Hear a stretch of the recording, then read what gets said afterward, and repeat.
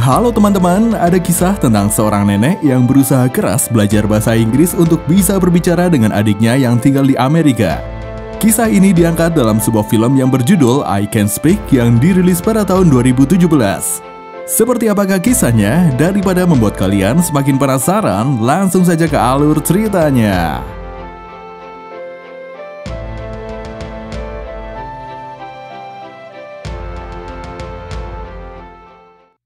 Film dimulai ketika seorang pria bernama Park Min Jae berada dalam kereta yang kondisinya penuh sesak oleh penumpang. Kemudian sampailah dia di depan gedung kantor pelayanan distrik Myungjin. Dia berhenti sejenak di depan gedung melihat kantor yang masih sepi.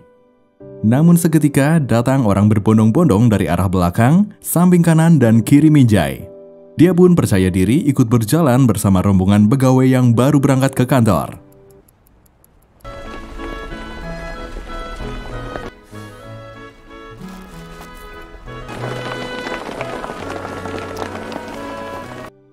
Di dalam kantor, Min Jae membagikan minuman energi untuk rekan kantornya sebagai tanda perkenalan.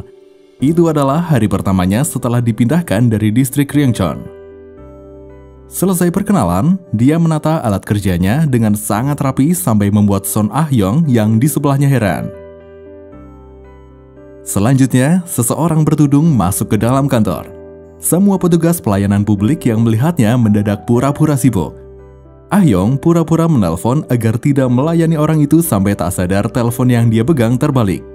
Orang bertudung itu bernama Na Ok-bon, seorang nenek yang sangat dihindari pegawai pelayanan publik distrik Myungjin. Nenek Ok-bon menghampiri petugas layanan yang tidak sadar dengan kedatangannya. Dia melaporkan adanya tindak mencurigakan yang membuat tembok basah retak. Tetapi laporannya tidak ditanggapi dengan serius. Ketika Nenek Ok-bon sibuk mengutarakan keluhannya, Min Jae diam-diam mengambil foto Nenek Ok-bon. Sadar dirinya difoto, Nenek bertanya apa yang Min Jae lakukan. Min Jae menjawab datar untuk kelengkapan berkas. Min Jae meminta Nenek Ok-bon melaporkan keluhannya sesuai dengan prosedur, kemudian memanggil antrian selanjutnya. Nenek Ok-bon tidak terima, Min Jae pun menanyakan nomor antrian si nenek. Tapi Nenek Ok-bon tidak mengambil nomor antrian sehingga Min Jae menolak untuk melayani. Di waktu istirahat kantor, Min Jae diberitahu oleh rekan kerjanya mengenai Nenek Ok-bon. Dikatakan bahwa Nenek Ok-bon adalah orang yang paling bermasalah. Setiap hari dia berkeliling untuk menulis semua pelanggaran yang dilakukan orang-orang. Saking banyaknya laporan yang dia buat, membuat dirinya di blacklist oleh kantor pelayanan. Setiap harinya, Nenek Ok-bon paling tidak melaporkan 20 keluhan. Hingga kini, kurang lebih sudah mencapai 8.000 laporan yang masuk. Sudah 5 kali ganti kepemimpinan, Nenek Ok-bon masih terus membuat laporan. Setelah menceritakan itu semua, mereka meminta Min Jae untuk menghadapi Nenek Ok-bon. Besoknya, Nenek Ok-bon datang lagi ke kantor pelayanan. Dia mengambil seluruh nomor antrian dan melaporkan keluhan sesuai prosedur dan seperti yang dikatakan Min Jae sebelumnya. Min Jae yang sedang melayani Nenek Ok-bon tiba-tiba dipanggil kepala kantor pelayanan. Min Jae pergi dan digantikan sementara oleh temannya. Temannya kaget ketika melihat yang sedang dilayani Min Jae adalah Nenek Ok-bon. Di ruang kepala pelayanan, Min Jae dimintai saran terkait rencana pengembangan jalan yang masih bermasalah karena layangan petisi. Min Jae dikenal sebagai PNS yang hebat di distrik sebelumnya, sehingga dia pun bisa menjelaskan dengan mudah. Di tempat lain, Nenek Ok-bon sedang beradu mulut dengan salah satu pedagang pasar yang memasang iklan di pintu masuk pasar. 아유, 내가 뭐 아주 그냥 대단한 법을 어겼나 했네, 나는. 할머니도 진짜 이러시는 거 아니에요. 법이 있으면 지키는 게 국민의 도리지. 요 코딱지만 하나 시장에서 어렵게 장사하는 사람들끼리 이러시는 거 아니죠? 아유, 진짜 내가 속이 늘어나다. Hari berikutnya, Nenek Ok-bon kembali datang dengan setumpuk berkas.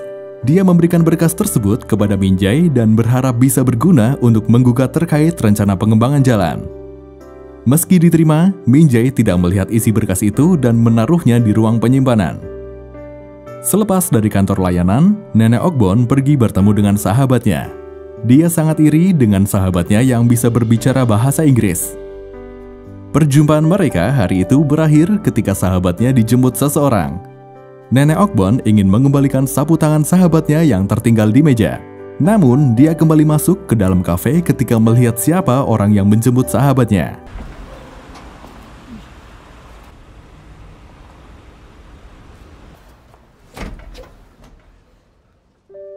Di rumahnya, Nenek Ogbon menjahit pinggiran sapu tangan milik sahabatnya. Dia berhenti sejenak ketika televisi menampilkan kota Los Angeles. Dia meniru kata bahasa Inggris yang diucapkan orang di televisi. Saking fokusnya, Nenek Ogbon tidak sadar ada yang datang. Orang itu datang untuk mengambil baju yang dia jahitkan ke Nenek Ogbon. Selanjutnya, scene berganti memperlihatkan Nenek Ogbon di tempat les bahasa Inggris. Dia ikut belajar bersama dengan anak-anak yang jauh lebih muda darinya. Namun itu menjadi kendala sendiri baginya karena tidak bisa mengikuti penjelasan yang terlalu cepat. Pihak tempat les pun akhirnya mengeluarkan Nenek Ogbon dengan alasan mempengaruhi anak-anak yang lain yang belajar di sana. Ketika Nenek Ogbon keluar dari tempat les, tidak sengaja dia melihat Min Jae sangat lancar berbicara bahasa Inggris dengan pria bule. Nenek Ogbon langsung mengikutinya untuk meminta Min Jae menjadi guru bahasa Inggrisnya. Min Jae menolaknya dengan alasan sibuk mengurusi laporan dari Nenek Ogbon yang jumlahnya sangat banyak. Tidak menyerah begitu saja, Nenek Ogbon datang ke kantor pelayanan. Dia menyerahkan laporan keluhan kepada Min Jae yang di dalamnya tertulis permohonan menjadi guru bahasa Inggris. Di dalam laporan itu, dia menggunakan nama Jennifer, nama Inggris yang diberikan oleh pengajar di tempat les. Usahanya masih berlanjut. Di pagi hari, Nenek Ogbon menelpon Min Jae. Dia bertanya apa yang harus dilakukan agar Min Jae mau mengajarinya. Masih gagal, Nenek Ogbon datang lagi ke kantor pelayanan. Seperti di rumah sendiri, dia belajar sambil makan cemilan di bangku tunggu pengunjung. Min Jae menghampirinya dan berusaha menolaknya baik-baik. Nenek Ogbon menyerah, namun dia sudah membawa setumpuk berkas keluhan untuk dilaporkan. Rekan kerja Min Jae meminta tolong agar Nenek Ogbon tidak melaporkan keluhan. Terpaksa, Min Jae pun memberikan tes kepada Nenek Ogbon untuk menghafal kosakata bahasa Inggris. Dia sengaja memilih kosakata yang sulit. Jika dirinya berhasil, dia akan bersedia menjadi guru bahasa Inggris Nenek Ogbon. Esoknya, dia datang untuk melakukan tes dari Min Jae. Sayangnya, Nenek Ogbon gagal, dia hanya mendapatkan nilai 75. Sedangkan kesepakatan yang dibuat, Nenek Ogbon harus mendapatkan minimal 80 agar Min Jae menjadi guru bahasa Inggrisnya. Di pasar, seorang pedagang sedang bertengkar dengan seorang pria botak. Pria itu memaksanya pindah tempat berjualan dalam waktu 1 bulan. Ketika pria itu hendak pergi, Nenek Ogbon menegurnya untuk mengambil puntung rokok yang dibuang sembarangan. Dia juga curiga pria botak ini yang kencing di pasar saat hujan beberapa hari lalu. Mendengar itu, pria botak ini berkata, 꽁초 주워야지. 자네가 방금 버린 담배 꽁초. 여기 와서 오줌 싸고 가는 놈 아니냐? 집에만 있어요. 슬픈 노래 들으면서. 너희들 꼼수. 더 이상은 안 통한다. Nenek Ogbon menenangkan pedagang pasar itu dengan mengatakan bahwa kantor pelayanan publik akan melayangkan gugatan untuk hal tersebut. Namun tidak direspon ramah oleh pedagang tersebut. Min Jae sedang dalam perjalanan pulang menggunakan bus. Kemudian dia melihat adiknya sedang berjalan sendirian. Dia pun turun dan mengikuti adiknya.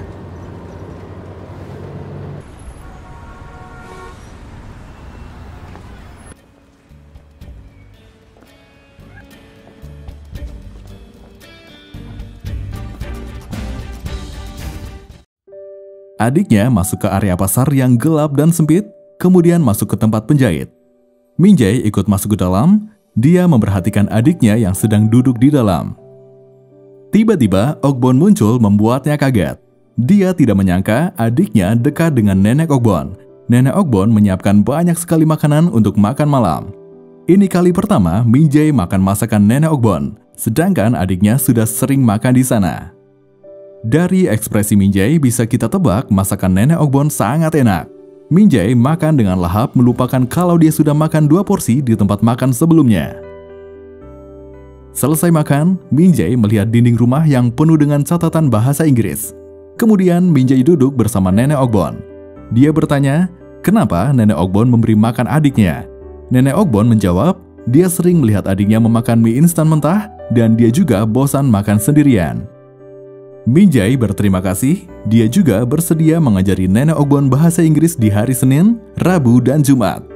Dia tidak meminta bayaran, tapi meminta Nenek Ogbon untuk memberikan makan setiap adiknya datang ke tempatnya. Nenek Ogbon sangat senang. Dia mengambil meja dan buku belajarnya. Ekspresi bingung Min-jae dijawab oleh Nenek Ogbon. Dia mengatakan bahwa hari itu adalah hari Rabu.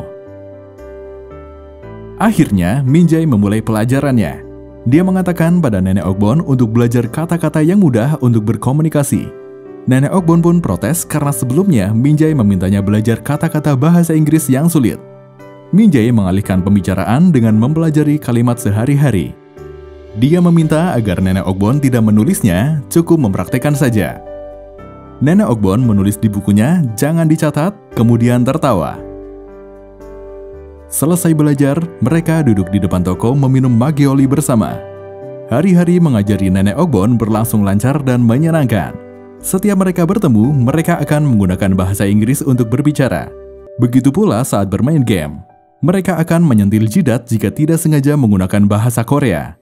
Min-jae juga membuat beberapa kalimat menjadi sebuah lagu agar mudah dihafalkan. 잔도는 됐어 keep I have a headache. 만나면 how have you been? 친구랑 헤어질 땐 see you later. 바쁠 때 전화 오면 I call you back. Saat Nenek Ogbon dirasa cukup lancar, Min-jae mengajaknya ke sebuah tempat nongkrong yang banyak orang bulenya. Nenek Ogbon ditantang untuk bisa berbicara dengan mereka dalam waktu yang ditentukan oleh Min-jae. Awalnya, Nenek Ogbon tidak yakin. Namun, di percobaan kedua, dia tampak menikmati berbicara dan bermain dengan para bule. Hi, I'm Ryan Gosling. She's so cute. What is your job? This is really cute. This time for 10 minutes. Try over there. 오케이. 왔어?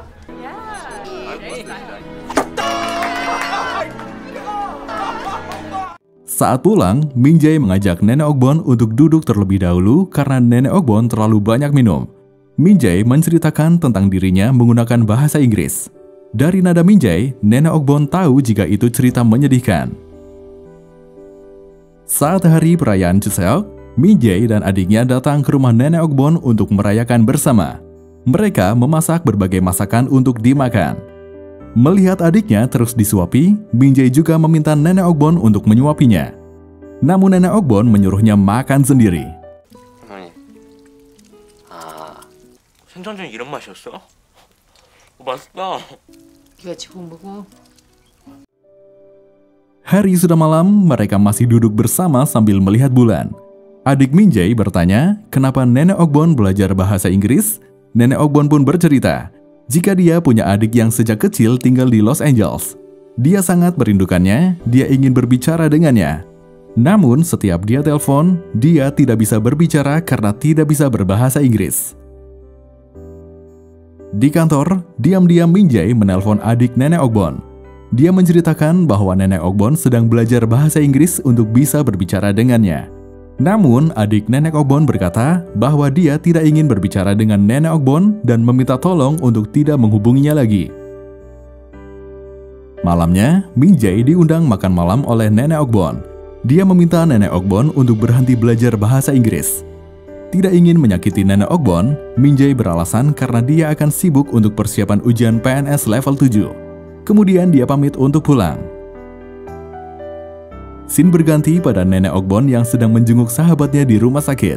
Dia sedih melihat temannya yang beberapa hari lalu ditemui masih segar bugar kini terbaring di rumah sakit. Jeong-sim, nama sahabat Nenek Ogbon, diperkirakan tidak akan hidup lama lagi. Sebagai sahabat, dia dimintai tolong untuk menemani Jeong-sim selama di rumah sakit. Sepulangnya dari rumah sakit, Nenek Ogbon melihat area pasar sedang ramai. Di sana juga ada polisi.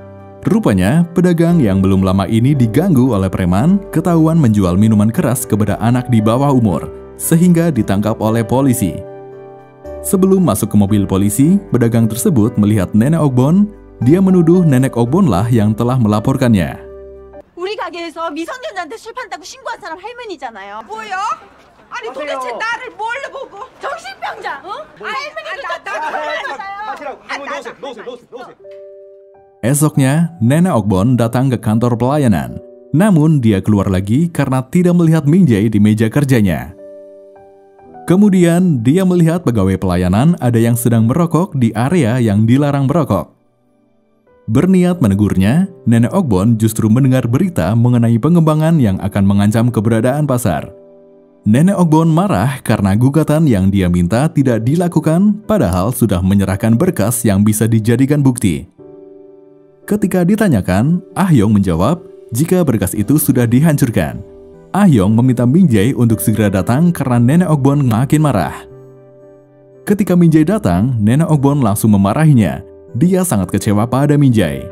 Dia menjelaskan alasan kenapa dia melakukan hal itu dan meminta bantuan Minjae.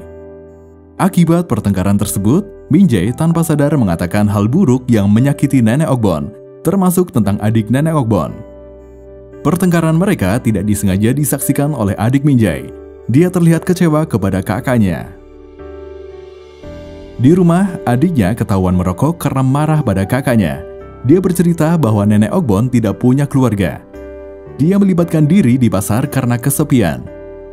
Karena perkataan adiknya, ketika di kantor, Minjae melihat-lihat berkas Nenek Ogbon yang masih tersimpan. Minjae akhirnya melayangkan gugatan untuk membantu pedagang pasar meskipun harus mendapat teguran dari kepala kantor pelayanan. Di tempat lain, Nenek Ogbon masih mengajak berbicara sahabatnya yang bahkan sudah tidak mengenalinya. Tiba-tiba, seseorang datang meminta Nenek Ogbon menjadi saksi menggantikan Jeongsim dalam sidang kejahatan kemanusiaan yang dilakukan Jepang. Dalam hal ini, yaitu mengenai kasus wanita penghibur. Kabar tersebar cepat ke seluruh Korea tentang Nenek Ogbon. Malamnya, Minjae datang ke rumah Nenek Ogbon untuk meminta maaf. Nenek Ogbon mengeluarkan sebuah foto yang menjadi kenangan buruk baginya. Dia menceritakan masa lalunya kepada Minjae. Dulu saat dia dipaksa menjadi wanita penghibur oleh tentara Jepang, dia hendak bunuh diri. Namun dia diselamatkan oleh Jeongsim. Jeongsim telah memberi kesaksian kemana-mana, namun belum membuahkan hasil hingga kini kondisi Jeongsim sudah tidak sehat lagi. Dia meminta Minjae untuk membantunya untuk persiapan sidang di Amerika. Setelah itu, Nenek Ogbon mulai membuat paspor dan latihan berbicara dengan bahasa Inggris di kantor pelayanan publik. Sebelum berangkat ke Amerika, Nenek Ogbon membuatkan jas untuk Minjae. Dia mengatakan agar Minjae menggunakannya saat interview PNS. 이거 한번 봐라. 너 면접 갈 때 입으라. 내가 직접 만들었어. 그거 벗고 한번 입어봐.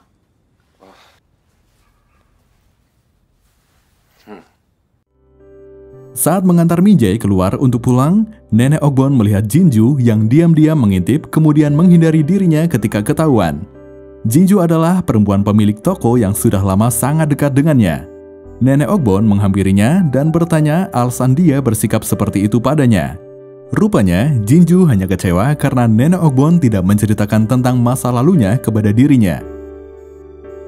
Jinju sangat sakit hati dan sedih. Jinju mengatakan bahwa dulu Nenek Ogbon orang yang sangat sensitif dengan sentuhan. Dia akan kesal dan geram jika ada orang yang menyentuhnya. Jinju menangis membayangkan betapa beratnya hidup Nenek Ogbon selama ini. Sampai di Amerika, Nenek Ogbon bertanya, apakah Los Angeles jauh dari tempatnya kini? Wanita itu pun menjawab, mereka butuh 4-5 jam naik pesawat. Kemudian bertanya, apakah ada yang ingin Nenek Ogbon temui di sana? Nenek Ogbon menjawab, hanya ingin tahu saja. Saat Minjae sedang makan bersama rekan kerjanya, dia melihat berita bahwa kredibilitas Nenek Ogbon menjadi saksi dipertanyakan oleh pihak Jepang. Hal itu dikarenakan Nenek Ogbon tidak terdaftar dalam data korban wanita penghibur. Selama ini dia menutup rapat-rapat identitasnya, sedangkan negara tidak bisa membantu untuk membuktikannya. Minjae berteriak di kantor pelayanan publik memohon orang-orang membantu Nenek Ogbon dengan menandatangani petisi. 위안부 피해자 확인 촉구하는 내용인데요. 나오뿐 한번 안녕하세요. 이것 좀 읽어봐 주세요. 설명 좀 해주시면. Semua orang di kantor dan pengunjung yang datang berpartisipasi dalam petisi tersebut. Mereka juga membuat selebaran untuk dibagikan kepada orang-orang. Orang-orang di pasar juga kompak mendukung Nenek Ogbon. Kemudian Min Jae menemui kepala kantor pelayanan untuk meminta bantuan. Min Jae mengatakan bahwa kasus Nenek Ogbon sudah menjadi perhatian nasional. Dia meyakinkan bahwa petisi ini akan berhasil, dan ini akan menjadi kesempatan bagus bagi kepala kantor pelayanan publik mencari perhatian dengan reputasi yang baik. Kata-katanya berhasil meyakinkan kepala kantor layanan publik. Di hari Min Jae melaksanakan wawancara PNS, dia menemukan kertas berisi tulisan "You can do it" di saku jas yang dibuatkan Nenek Ogbon. Selesai wawancara, dia melihat berita bahwa Nenek Ogbon masih belum dikonfirmasi sebagai korban karena kurangnya bukti. Min Jae ingat bahwa Nenek Ogbon memiliki foto yang bisa dijadikan bukti. Dia pun lari ke rumah Nenek Ogbon dan mencari foto itu di lemari.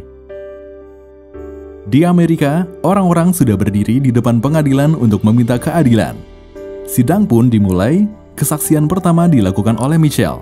Dia menceritakan apa yang dia alami saat usianya 21 tahun dipaksa menjadi wanita penghibur. Saat itu, dia menggunduli rambutnya agar terlihat jelek, dengan harapan tentara Jepang tidak menginginkannya. Namun, dia justru menjadi objek penasaran mereka. Dia mengatakan bahwa tentara Jepang memperlakukan mereka tidak lebih dari seekor anjing. Tidak sanggup lagi bercerita, dia turun dan kembali duduk. Selanjutnya, mempersilahkan Nenek Ogbon untuk memberikan kesaksian. Akan tetapi, seseorang di sana menginterupsi karena Nenek Ogbon belum dikonfirmasi sebagai korban yang dijadikan wanita penghibur. Beberapa di antaranya juga ikut bersuara meragukan kredibilitas dokumen tentang Nenek Ogbon. Nenek Ogbon memang dimintai sebagai saksi setelah Jongsim dinyatakan tidak bisa ikut sidang karena kondisi kesehatannya yang memburuk, sehingga persiapannya relatif singkat. Hakim tetap ingin mendengar kesaksian Nenek Ogbon, tetapi dari pihak Jepang dan beberapa lainnya menolak. Sekali lagi, Hakim menanyakan apakah Nenek Ogbon mau memberikan kesaksian. Nenek Ogbon dengan berani menjawab, Yes, I can speak. Setelah maju, Nenek Ogbon terdiam cukup lama menatap orang-orang. Tiba-tiba, suara Min Jae memecah keheningannya. Kehadiran Min Jae memberikan kepercayaan diri bagi dirinya. Min Jae datang membawa foto untuk membuktikan kredibilitas Nenek Ogbon. Sebelum berbicara, Nenek Ogbon menunjukkan bekas luka yang ada di perutnya. Gambar matahari terbit juga terlihat di sana. Setelah itu, dia mulai berbicara. Dia mengatakan bahwa dirinya dan Michelle adalah bukti yang sesungguhnya. Di akhir kesaksiannya, Nenek Ogbon menegaskan bahwa mereka para korban hanya ingin Jepang mengakui kesalahannya dan meminta maaf pada mereka selagi masih ada kesempatan sebelum mereka meninggal. Dia juga menanyakan apakah kalimat "maafkan aku" begitu sulit diucapkan. Semua orang bertepuk tangan untuk keberanian Nenek Ogbon. Keluar dari ruang sidang, orang-orang yang meragukannya semua meminta maaf, kecuali pihak Jepang yang masih bersikeras tidak mengakui kesalahannya. Setelah itu, Nenek Ogbon diajak ke suatu ruangan. Mereka memberikan kejutan dengan mendatangkan adiknya dari Los Angeles. Tangis haru dan rindu pecah di antara kakak beradik tersebut. Singkat cerita, Nenek Ogbon kembali menjalankan kehidupannya di Korea. Orang-orang di pasar kini jauh lebih ramah kepadanya. Nenek Ogbon juga sedang banyak keliling negara, sedangkan Min Jae berhasil menjadi PNS golongan 7. Seperti itulah kisah tentang seorang nenek yang berusaha keras belajar bahasa Inggris untuk bisa berbicara dengan adiknya yang tinggal di Amerika. Terima kasih dan sampai jumpa di alur cerita selanjutnya.